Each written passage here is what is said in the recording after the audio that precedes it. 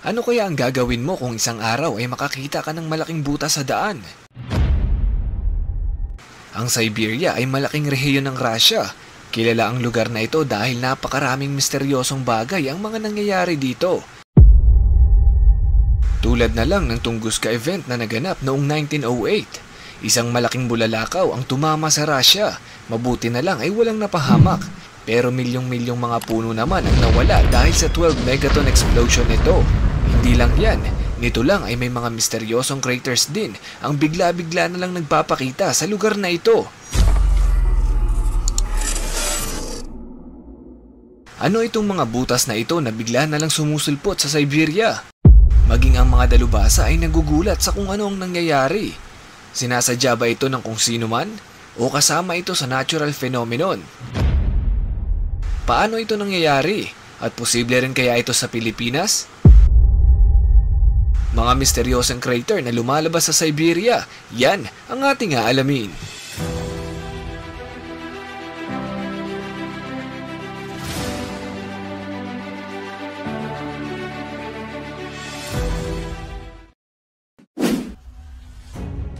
Ang Siberia ay napakalaki. Sinasakop nito ang 77% ng Russia.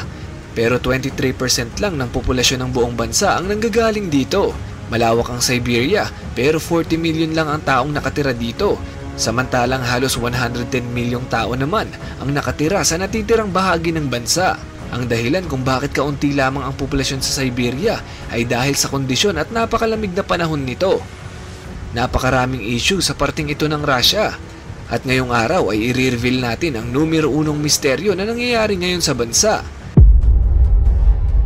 Tulad na lang ng mga misteryosong crater na ito na bigla na lang lumilitaw sa kalupaan nila. Ang isang ito ay matatagpuan sa Yamal Peninsula, Siberia, Russia. Natagpuan ito ng mga journalist noong July 2020. Ang haba nito ay umabot ng 70 meters, samantalang ang lalim nito ay nasa 50 meters. Ang paniniwala ng iba, marahil ito raw ay nagmula kung hindi sa bulalakaw, sa missile explosion. At ang iba naman ay sinasabing maaaring alien daw ang may gawa nito. Pati ang mga dalubhasa noong una ay hirap ipaliwanag ang mga bagay na ito. Sa inisyal na pag-aaral ay nasabi nilang malabong nanggaling raw ito sa pagbagsak ng bulalakaw. Kung susuriin itong maigi, makikita na ang mga buhangin ay tila nagmula pa sa ilalim para bang nagbukas ang lupa. Kinalaunay na kumpirma nga na hindi ito nabagsakan ng kung anumang bagay mula sa taas o mula sa kalawakan. Kung hindi, isa itong pagsabog na nagmula pa sa ilalim. May nagsabi pa nga, pinaniniwalaan nilang dahil ito sa pagtaas ng temperatura noong 2012. Hindi lang isang beses nangyari ang insidenteng ito. Ayon sa kanila, mayroon ng 17 craters ang matatagpuan sa lugar.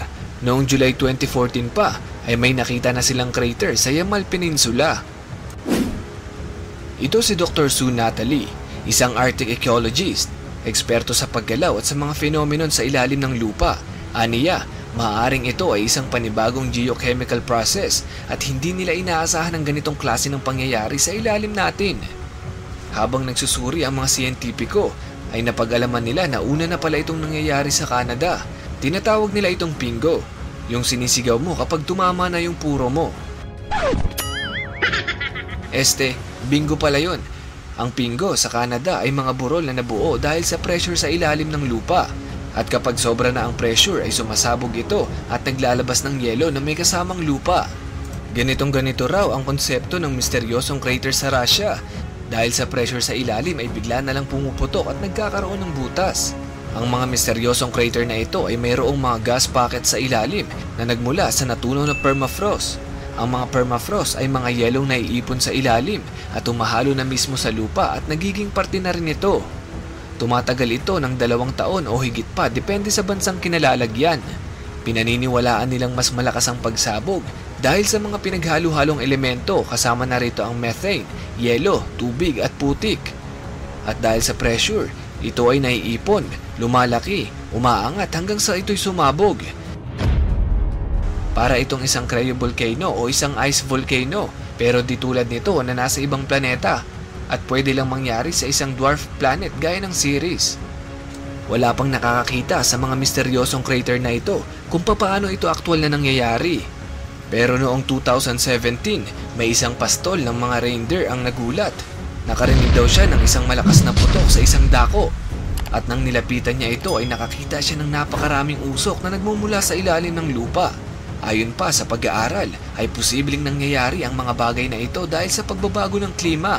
Unti-unting nalulusaw ang mga permafrost sa ilalim ng lupa na nakakabuo ng pressure na siyang nagiging dahilan ng pagsabog.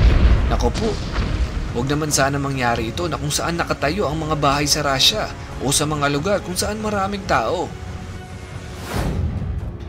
Pero ano naman ang epekto nito sa kalikasan? Sa kasamaang palad ay may epekto rin ito sa ating atmosphere dahil naglalabas ito ng carbon dioxide. Mayroon din itong methane gas na sobrang concentrated na kapag nalanghap natin ay maaari tayong isugod sa ospital dahil kaya nitong madami siyang ating baga ng mabilisan. Ang gas na ito ay makakasama sa ating atmosphere. Inihalin tulad ito na mas malala pa raw sa epekto ng pagsusunog ng mga plastic na kaibigan. Pagsusunog ng mga disposable na plastic. Ang sunod na hakbang ni Dr. Sue Natalie ay gagamit sila ng satellite data para makita at masuri ng maigi ang mga craters. Aniya, ang una nilang susuriin ay ang mga lokasyon nito, kung may pattern ba, para ma-identify nila kung saan posibleng lalabas ang mga susunod na craters. Baka naman mamaya lumabas ito sa bahay ng kapitbahay niyong maingay. Pero baka mamaya may napapaisip na dyan at nagtatanong, nangyayari din kaya ito sa Pilipinas? Ang sagot ay hindi. Dahil una sa lahat ay walang permafrost sa ilalim natin. Pag naghukay ka sa lupa dito sa Pilipinas ay wala kang mahuhukay na yelo. Yamashita, Talyano Gold sana ang mahukay mo. Kung tutuusin ay talagang delikado ang mga craters na ito, pero sa ngayon ay wala tayong dapat ikabahala dahil never namang lalamig sa Pilipinas. Pero bakit nga ba walang yelo sa Pilipinas? Yun ay dahil napakalapit natin sa Ecuador. Ang Ecuador ay direktang nakatutok sa araw kaya napakainit. Ganon din ang dahilan kung bakit sobrang lamig sa North Pole at South Pole ng ating planeta dahil hindi sila direktang nakatutok sa araw. Ganon pa man, kahit walang yelo sa atin ay pasalamat tayo dahil hindi tayo nagkakaroon ng mga ganitong klaseng craters. Kung tutuusin ay napakarami pang misteryosong bagay ang nangyayari sa rehiyon ng Siberia. Pero hindi natin kayang ilahat sa iisang video lang. Sa ngayon ay patuloy nilang binabantayan ang lalawigan. Siyempre, kapag may bago at mga kakaibang nangyayari sa lugar na ito ay isasama natin yan sa next video. Pero bago tayo tuluyang matapos ay shoutout muna tayo sa mga solid kapantas natin. Shoutout sa Santos family from Malolos, Bulacan, kay Sir Allen, Joy, Anela, Martha at Lazarus. Paborito daw ng pamilya nila na manood sa mga videos natin. Salamat po sa solid na suporta. At sana may natutunan kayo ngayong araw. Magkita-kita ulit tayo sa next video. Uli, ako si Mr. Pantas at sa channel na ito, libre ang matuto.